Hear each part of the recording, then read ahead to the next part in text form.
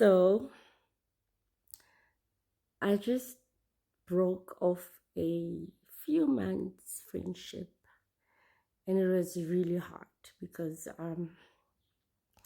the person lives very close to me, and my son is very fond of the person. But it was in my best interest, especially mentally, to break off the friendship.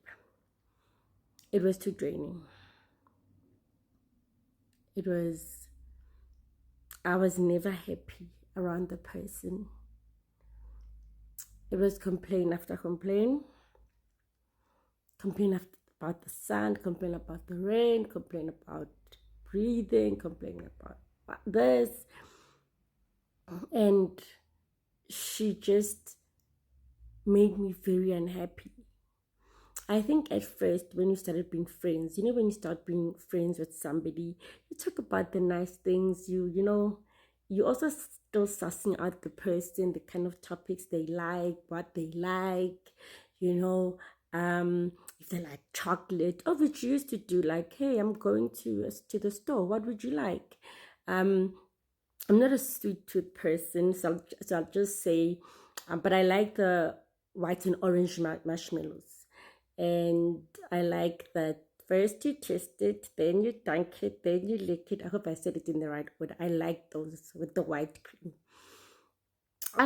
She would bring them, you know, and because she had just moved in, and I mean, they were my neighbor. I had offered Lava had said it's okay. Um, you can use my washing machine. You can use whatever you want, the fridge, because of which also why I did that when we were first living at our first place with Lava. Poisons was not born yet. There was a lady. She always says she doesn't like courses. She only liked it because my husband is Xhosa.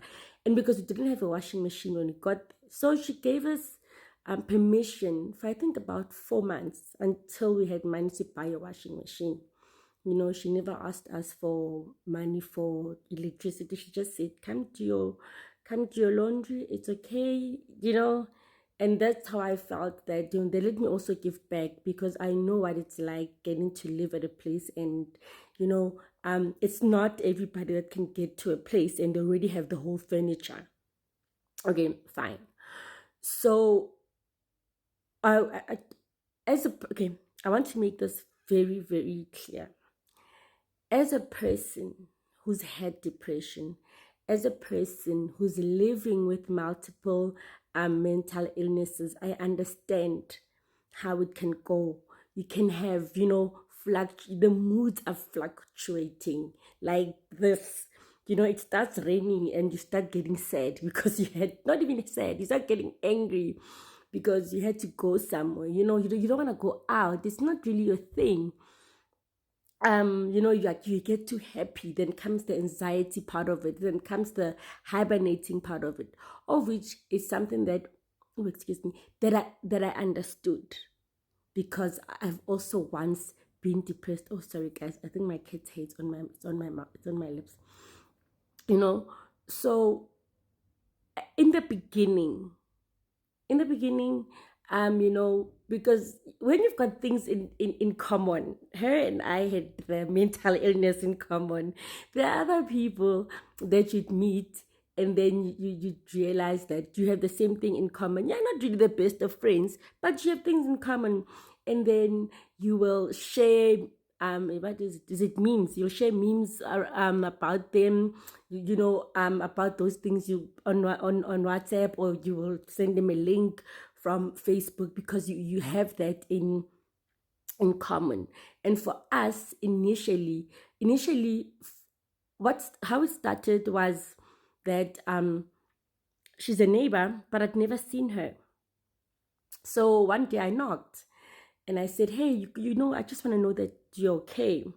Until I got to understand that she's a person who likes her space. Cool. And then I got to spend some time with her, a lot of time with her. But then every time I came in the house, I was so depleted. I was so sad. Like I would even, like I would even have to say sorry to Poisons, because Poisons is my son, because I just, snapped at him. And then time went on, and then I told my husband, and I'm like, this is really, really draining me, and I feel so bad because I've also lived with depression. I feel like a horrible person. I feel like a hypocrite. And you know how men are. He was like, just stop being her friend. And I said, it's not that easy, and I'm worried that I'm worried about how fragile she is, you know. And then I think as time went on, um it just happened. Like I couldn't, I didn't want to see her. I always made excuses about why I can't see her. um I'd also like, I'd always pretend like I have a headache, or I'm sleeping, or something. But then the point of this video is that friendships are about companionship, but in but it must be in a positive way. Yes, there'll be ups and downs. You'll argue about something, you'll have differences, whatever. That's fine. But then when you understand the essence of friendship is to build each other, is to be happy around each other. It's to just sit there when the person is sad, when you've been dumped, or when you've just failed your driver's license, or you've just had a fight with your mom, with your parents, anybody, is to sit there and allow each other, for the person to speak without dismissing them, and just doing sweet nothings, and then you go home, you depart from each other, and you feel like, oh my goodness, that was so refreshing. As much as we don't want a person who always complains, the yes buts, it's a yes but, like you give them a solution, and then they're like, yes but, and then like, okay, try this, like, yes but, then try this, and then end of the day, like, okay, I don't know, you tell me, what do you want to try out? Because and we don't want friendships that need work. Friendships have to be effortless, especially for me, because I'm married. I have to give all the time to my son and my husband, where I cook beef stew and it's like, ish, I felt like pork, you know. But let me not really bring my marriage into it, because it's not about that. But my point is that it was really draining me, because this person was so unhappy. She was so unhappy.